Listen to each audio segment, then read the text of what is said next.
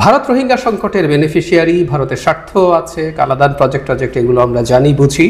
কিন্তু রোহিঙ্গা সংকট তৈরি করেছে চীনের কারণে হয়েছে, এবং চীন কিভাবে এই সংকটটা তৈরি করেছে, কেন তৈরি করেছে, এবং চীন কিভাবে এই সংকটটাকে জিইয়ে রেখেছে সেটা নিয়ে বিস্তারিতভাবে কথা বলবো। তার আগে চীনের এই স্ট্র্যাটেজিক একটা ইম্পর্টেন্সের জায়গা, আমার বেশ পুরনো একটা ভিডিও, সেটা একটু আপনাদের উদ্দেশ্যে দিচ্ছি, একটু দেখবেন। চীনকে কন্টেইন করা নিয়ে চীনের উপরে যে সংকট তৈরি করার চেষ্টা করেছে পশ্চিমারা, সেখান থেকে চীন বেরিয়ে আসার একটা গুরুত্বপূর্ণ স্টেপ ছিল তার এই রোহিঙ্গা সংকট তৈরি করা, কারণ রাখাইন প্রভিন্সে তার বিরাট স্বার্থ আছে। আমি আবারও বলছি, এখানে মূল স্বার্থ, মূল প্রেসক্রিপশন চীনের, এখানে ভারতেরও স্বার্থ পরে যুক্ত হয়েছে। ইভেন অনেকেই আমরা জানি না জাপানও এই সংকটে মিয়ানমারের সাথে ছিল।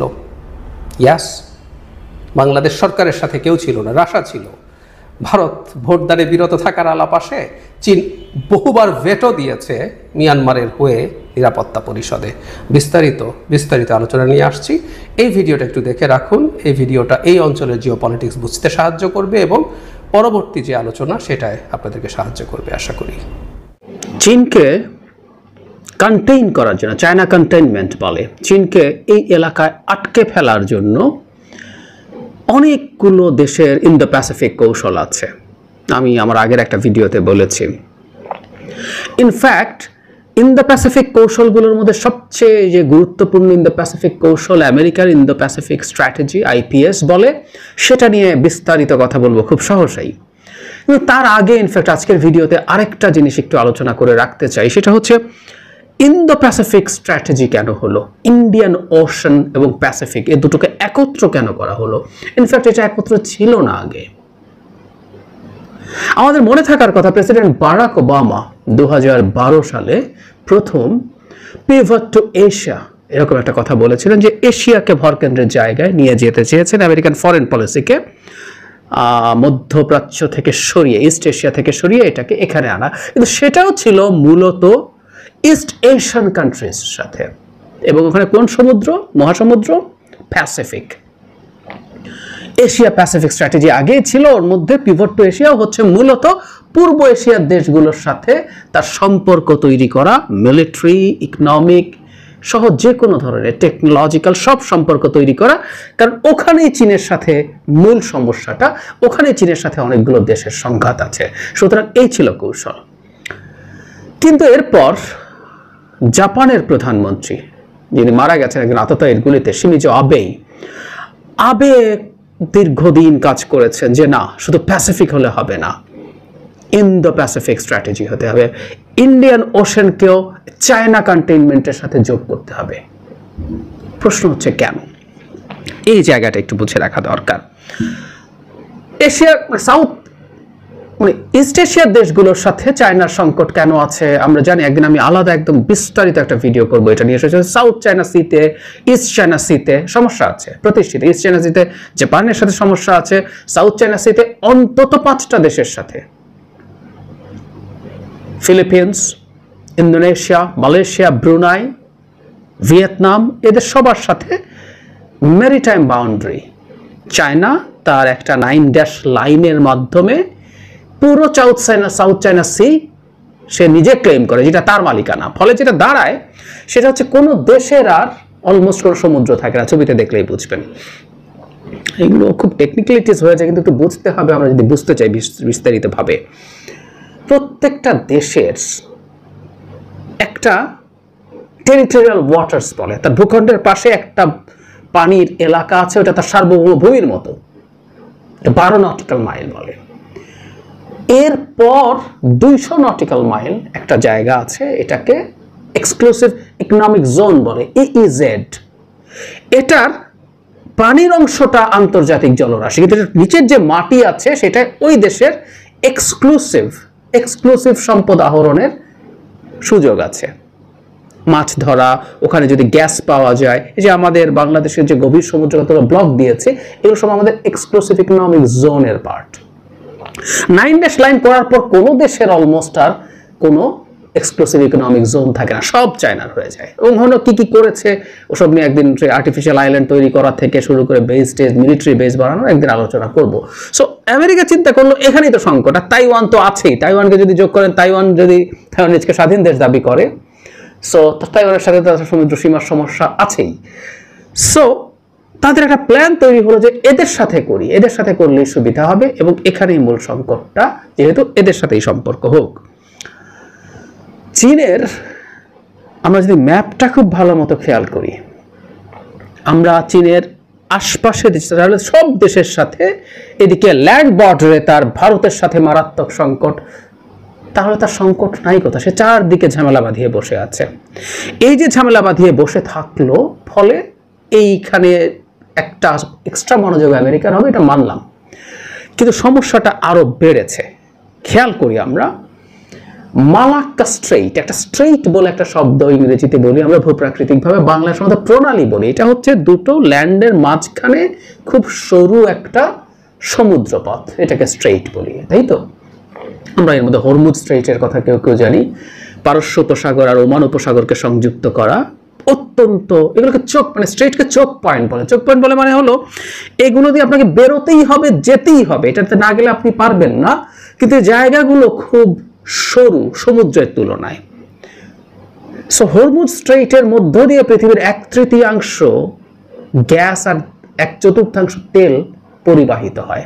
এই তথ্যটাই যথেষ্ট বোঝার জন্য এই চোখ পয়েন্টটা যদি কোনোদিন আটকে যায় পৃথিবীর কি হবে। প্রায় বলা হয় যে ইরানের একটা লেভারেজ আছে, ইরানের সাথে খুব ঝামেলা হলে ইরান কিন্তু এই চোখ পয়েন্টটা, এই যে সরু জায়গাটা, এই সংকীর্ণ জায়গাটা বন্ধ করে দিতে পারে এবং পৃথিবীর মেজর ক্ষতি হয়ে যাবে। মানে বন্ধ করা বলতে আপনি ওখানে জাহাজ টাহাজ রাখতে হবে, নট নেসেসারিলি, ন্যারো জায়গাটাতে আপনি রেগুলারলি সেলিং করতে থাকেন, কোনো জাহাজ আর ওখান থেকে যাবে না, কামান দিয়ে গোলা মারতে থাকেন, রকেট মারতে থাকেন, হবে না। ঠিক এইরকম আরেকটা খুব গুরুত্বপূর্ণ স্ট্রেইট হচ্ছে মালাক্কা স্ট্রেইট।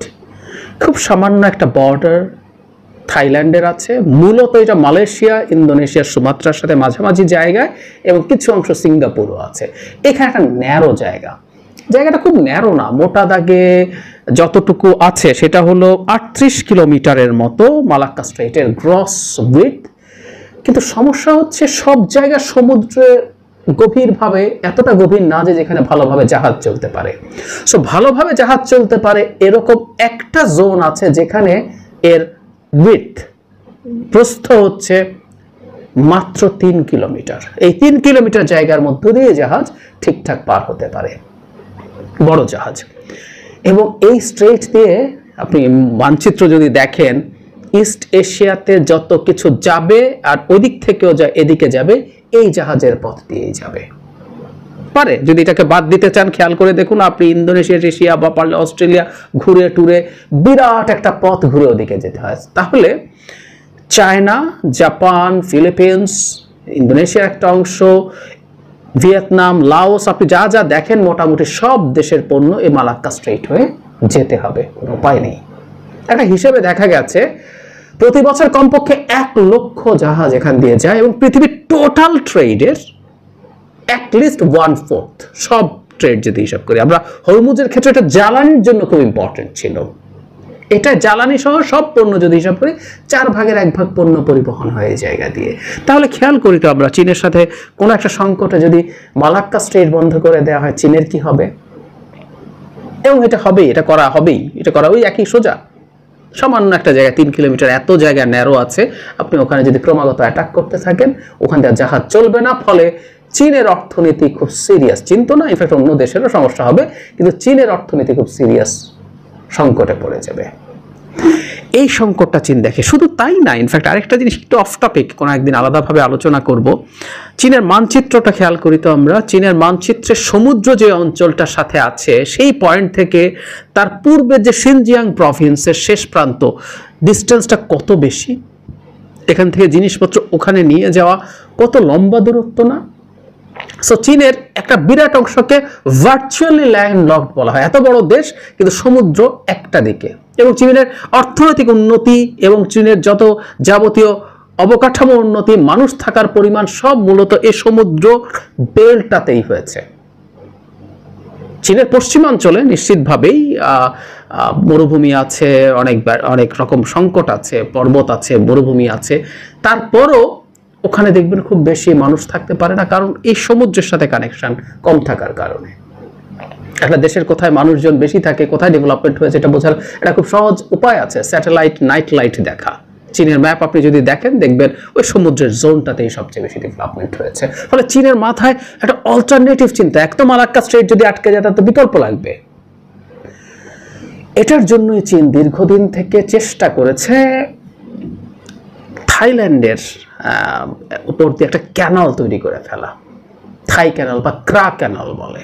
এই খালটা যদি খনন করা হয়, ম্যাপ খেয়াল করুন, তাহলে আর মালাক্কা স্ট্রেইটে যেতে হয় না। এবং তখন সুবিধা হলো, থাইল্যান্ডের উপর দিয়ে যদি খাল হয়, এটা থাইল্যান্ড ওটার ব্যক্তিগত মালিকানায় থাকবে, ওটা আর কোনো ইন্টারন্যাশনাল রুট হয়ে যাবে না, তখন তার নিয়ন্ত্রণ থাকবে। এবং থাইল্যান্ড যদি তার হাতে থাকে তাহলে সুবিধা হবে, কিন্তু সেটা পেরে ওঠে নাই, তাহলে তাকে বাইপাস করতে হবে। বাইপাস করার জন্য প্রথম যে কাজটা করলো, পাকিস্তানকে বিরাট একটা প্রজেক্ট খাওয়ানো হলো, China Pakistan economic corridor, CPAC বলে। বেল্ট রোড ইনিশিয়েটিভের সবচেয়ে বড়, বা এটাকে ফ্ল্যাগশিপ প্রজেক্ট বলা হয়, প্রায় $65 বিলিয়ন। এর মধ্যে প্রচুর অবকাঠামো আছে, রাস্তা আছে, বিদ্যুৎ কেন্দ্র আছে, অন্যান্য ইন্ডাস্ট্রি আছে। শেষে এটা শেষ হয়েছে বালুচিস্তানের গোয়াদার পোর্টে, গোয়াদার বন্দরে। এই বন্দরটা ইকোনমিক্যালি কখনো ফিজিবল হবে না, ওয়ার্ল্ড ব্যাংক দীর্ঘদিন থেকে বলেছে। পাকিস্তান অনেক আগে বন্দরটা করতে চেয়েছিল, করাচি থেকে এটা দূরত্ব খুব বেশি না, অহেতুক। কিন্তু খেয়াল করি, এই বন্দরটা দিয়ে সরাসরি চীনের শিনজিয়াং প্রভিন্সে যাওয়া যায়। এবং খেয়াল করি, এই দূরত্বটা শিনজিয়াং এর যে পয়েন্টে গোয়াদার থেকে যাওয়া হচ্ছে, সেই দূরত্ব থেকে চীনের পোর্ট থেকে নিলে যে দূরত্ব, তার চেয়ে অনেক কম দূরত্ব হয়। তার চাইতে জরুরি কথা, চীন কিন্তু মালাক্কা স্ট্রেইট বাইপাস করে ফেললো। চীন যদি তার জ্বালানি মধ্যপ্রাচ্য থেকে নিয়ে এইদিকে গোয়াদার হয়ে ঢুকে পড়ে চীনে, তাহলে তার মালাক্কায় যেতে হবে। মালাক্কার একটা সংকট যদি হয়, সে কিন্তু বাইপাস করতে পারছে। ঠিক এই কারণেই রোহিঙ্গা সংকট হয়েছে। রোহিঙ্গায় রাখাইন থেকে, এই প্রভিন্স থেকে রোহিঙ্গাদেরকে বিতাড়ন চায়নার প্রেসক্রিপশন, আমি দৃঢ়ভাবে বিশ্বাস করি। কারণ চায়না এখানে চেয়েছে আরেকটা বাইপাসের পথ তৈরি করার জন্য, তারা সেটা করেছে, তাদের একটা ডিপ সি পোর্ট করেছে কিয়াকফিউ। শুধু ডিপ সি পোর্ট নয়, ডিপ সি পোর্ট থেকে গ্যাস এবং তেলের পাইপলাইন সরাসরি মিয়ানমারের উপর দিয়ে চীনে নেওয়া হয়েছে। এটাও খেয়াল করুন, এই পোর্টটাও চীনকে মালাক্কা স্ট্রেইট বাইপাস করতে সাহায্য করে। তার আগেই সে এই কাজটা করতে পারবে। রোহিঙ্গা সংকট চীনের প্রেসক্রিপশনে হয়েছে, এবং বাংলাদেশ রোহিঙ্গা হজম করবে এই গ্যারান্টি, এই প্রতিজ্ঞা করে চীনের সমর্থন 2018 সালের নির্বাচনের আগে এই সরকার নিশ্চিত করেছে বলে আমার হাইপোথেসিস আছে। এটা নিয়ে আমি আগে কথা বলেছি, লিখেছি, দরকার হলে আবার কথা বলবো। এখানে মূল জায়গাটা হচ্ছে তার ওই চোখ পয়েন্ট সরিয়ে ফেলা। এখন দেখুন, কিয়াকফিউ বন্দর বলেন আর গোয়াদার বলেন, গোয়াদার আরব সাগরে, কিন্তু এগুলো সব ভারত মহাসাগরের পার্ট। এবং চীন আরো যতগুলো অল্টারনেটিভ করতে চাইবে এখান থেকে বাদ দিয়ে, প্রত্যেকটা অল্টারনেটিভ পড়বে ভারত মহাসাগরে।